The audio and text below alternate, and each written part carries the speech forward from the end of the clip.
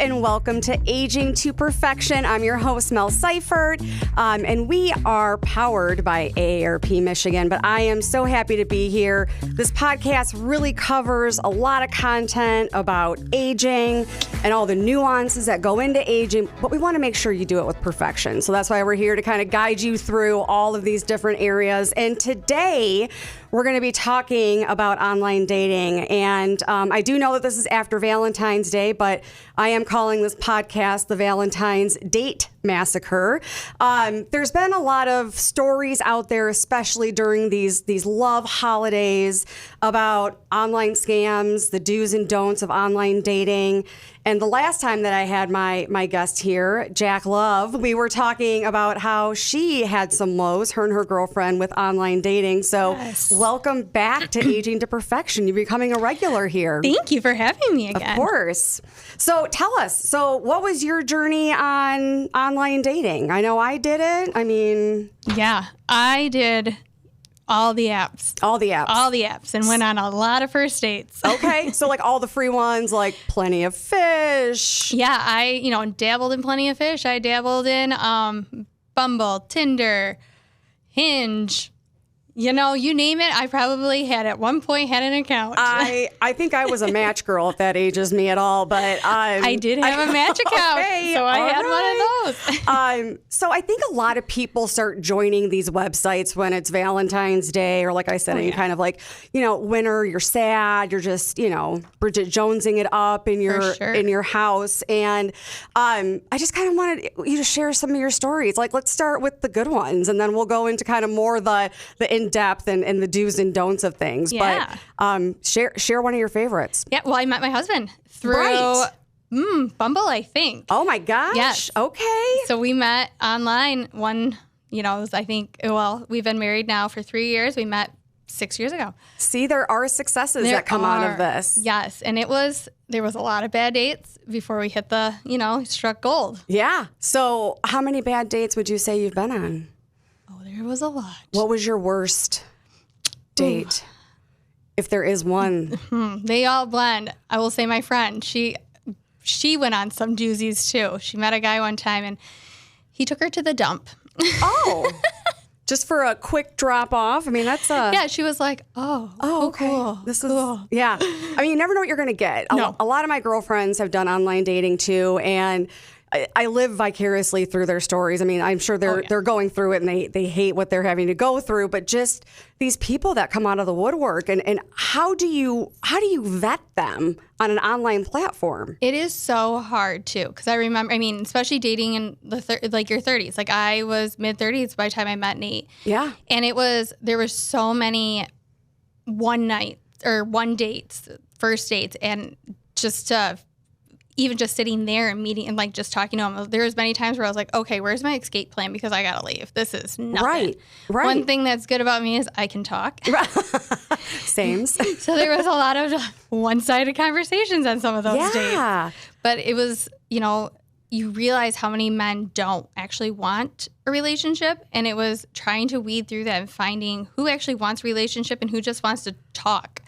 I'm glad you brought that up, because that seemed to be my experience and a lot of my friends' experiences, that it wasn't, you're not out there for dating somebody, you're out there to meet somebody and have that other relationship. And that just seemed to be what it was. Yeah. Or they just would talk and text, and it's like, okay, but I actually want to meet in person to see if this is actually something. Right. And it was rough. Well, my husband and I are very into watching documentaries. True crime is my jam of anything. Yes. But there have been a lot of documentaries lately coming out about love scams. Mm-hmm. And Netflix is one of the good ones that we watched about, catfishing.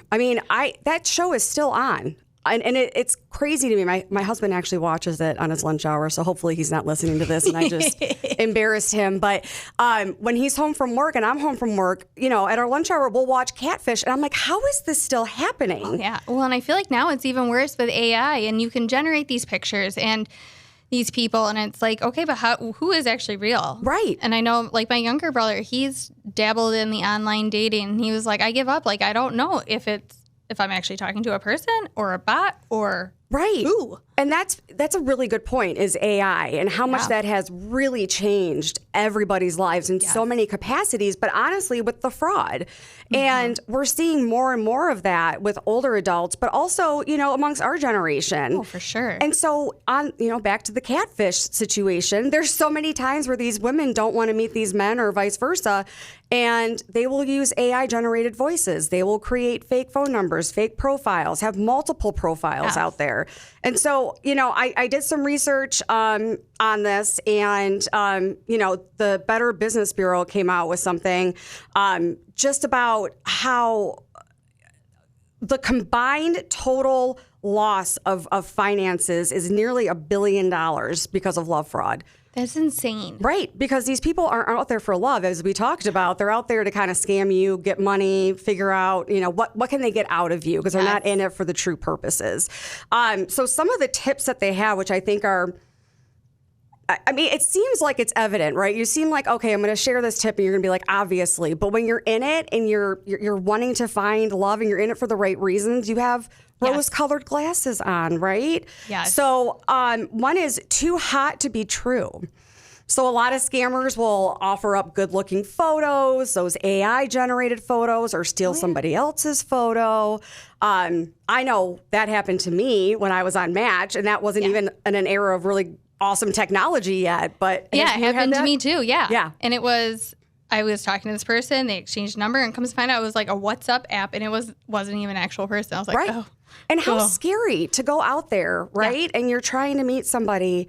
I always did it obviously in a safe way, where you're meeting in a public location, you let your girlfriends know, whomever. Oh yeah. But there's people out there that may not be savvy enough to know that this isn't real, and that's the really scary part of it. Yeah. And when I was dating, I always shared my friend and we shared each other's locations. She went on a date one time, and I was tracking her. Right. And she was like, her location showed it like the botanical gardens at MSU, and I was like, right. That's not like a location I made Nate go out and look to see if she was there. And I know he did, 'cause he's one of the kindest men in the entire world. She goes, I was on a date. We were at the restaurant. I go, but you didn't respond. Right. Well, okay. I like it. That's important, though, to have that backup plan. Yes. The other thing is if you're in a hurry to get off the site. So apparently catfishers will try very quickly to get you to move to communicate through email, messenger, or phone. So that seems to be one of the telltale signs as well, if they don't want to use that online platform to kind of start the conversations. And there's always, I feel like every time I educate on fraud, whether it's, texting or email fraud, there's always the sense of urgency. So I'm not overly surprised that they want to get you off that platform to then move you onto, more of a personal communication type situation. But I did not experience, well, I guess I did. We just talked once and went on a date. So I guess that's what I did. But, and moving fast again. So they'll often begin speaking about the future together and how they can see you and, what your life will look like. And then just kind of really prying on that person's need to find a connection, which I think is also very sad, but probably happens more than not. Oh, for sure. And you think about especially dating in your 30s, which is hard because you don't go to a bar anymore to meet anyone. And so online is what it is. And you want to find love and you want to find that relationship. So having someone scam you it's terrible. It is. And I always hated that line because I met my husband in my late 20s. We met at a Steve Miller Band concert at Common Ground, and it was pretty incredible. But that line that, you're going to find him when you're not looking. But when you're in the era of wanting to find somebody, I don't think you're ever not looking. No. You're always having your eyes open. You're always aware of your surroundings.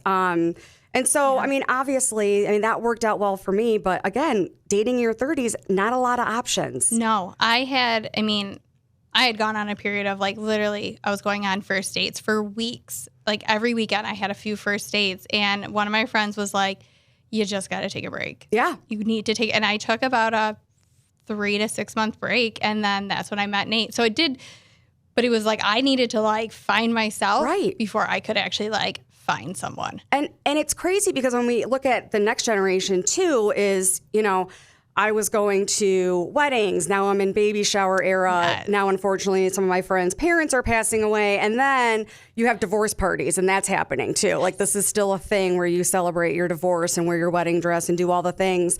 And so I always think about that later generation too. And it's like, if it's so hard in your 30s, when you're in your 40s or 50s, what do you do then? And then you have all of these like do's and don'ts of going online. There's actually a new Netflix special called Later Daters that talks about going through the process of dating later on in life and just the nuances of what that looks like and just some pro tips. And it's actually quite a great show. I think it's like fantastic. I know.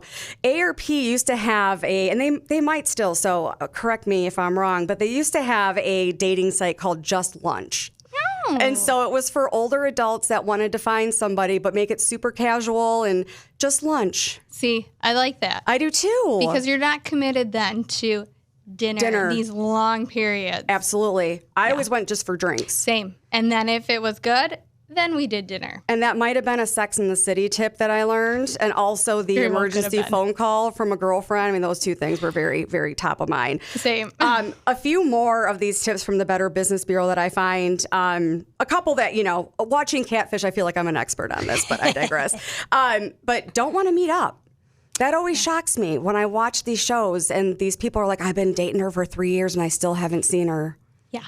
What? After like a month and there was no date, I was like, we're out. I know. Absolutely. So these people that hold on. But the next tip is that they say a lot of these scammers will talk about hard luck stories, that they're down on their luck. They can't get to that person. They're embarrassed. They can't pay for a date. So they'd rather just, talk online. And those kind of things. Like, oh, my car is stolen. I have a sick relative and I can't get out because I'm caring for them. So it kind of, I could see where it kind of makes sense where they pry again on the needs of this person who wants to make that connection. So these stories just go on and on and on about these scammers. But I love the story that you found love. You kissed many a frog in these online pods. I did. But I know your girlfriends have been involved in this too. Mm-hmm. So what are the new kind of online dating sites? Are there any new ones? I don't know. Yeah. That's what I was, because my friend, I was talking to her that I was doing this, and she was like, we've been out of the game for a while. I know. We really have. And it doesn't feel like it because she met her husband shortly after. Online as well? Yep. And then they got married a month after we did. So it was, That is fantastic. Yeah. I think they met on Bumble as well. And I remember her sending me the picture of him, and I was like, okay. Yeah. Get it, girl. Right. I love this. I love it. So when you were online dating, I went through the Better Business Bureau tips that are they're great. They're right on. Yeah. What did you do to protect yourself when you were online dating? What were some things that you just knew that you had to get through? I think, one, if they didn't want to meet up, that was a huge red flag for me because it's like, okay, well, I don't want to just sit here and talk. That's not a relationship. So that was a huge red flag is when men didn't want to meet up and didn't want to go for a drink. When they would ask for pictures, I'm like, that's just weird. Yeah, there's already some on my profile. Yeah. You see my face there. Those are the ones that I want to send, especially if you had, it was just weird. Yeah. And then I always made sure, anytime I went on dates, my friends always knew, and that my location was shared with my close friends and then my family, too. Right. I would always make sure people knew that I was going out with someone in case I didn't respond. Right. No, as your girlfriand did, and she knew she should have known better. She was like, "I'm sorry, we were talking." I was like, "But your location was not near a restaurant. It was in a field." I was like, "That's not right." Those are some tips that I also did. I also may have stopped by some restaurants that my girlfriends were at with their first dates just to kind of get eyes on them and see if it was all good.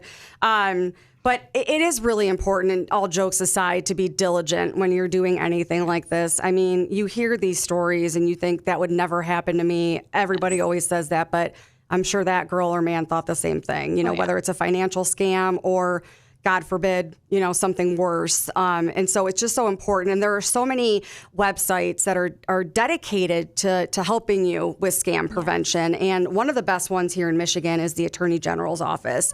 So AARP is partners with the Attorney General's office, and we do Fraud Watch Network. And you can sign up to receive recent scams, and it's obviously there's a lot during Valentine's Day that pertain to love and websites and dating, but it runs the whole gamut, whether you're a veteran and there's veteran scams and the grandparent scam, AI scams. Yes. I get text messages from the Postal Service saying, I have a letter that I need to pay $25 for to get out of hock. So, there's a lot going on there. Yes. And, I think this topic is so pertinent in this day and age, and it's just going to get harder to find love if there's all of these scammers out there. Yeah. So I just really appreciate you being on today. Thanks for having me again. And I love the real life perspective of kissing all the frogs and then finding your Nate love. Yes. Oh, I love him to bits. So I think that's so fantastic. So happy it worked out well for you. But for those that it may not be working out well for, I hope that you got something out of this and learned some tips and tricks and ways to protect yourself. So as always, very happy to be talking with all the listeners today. And thanks for joining me. Again, this is Mel Seifert here with Jack Love, talking about online dating scams. And remember to always age with perfection.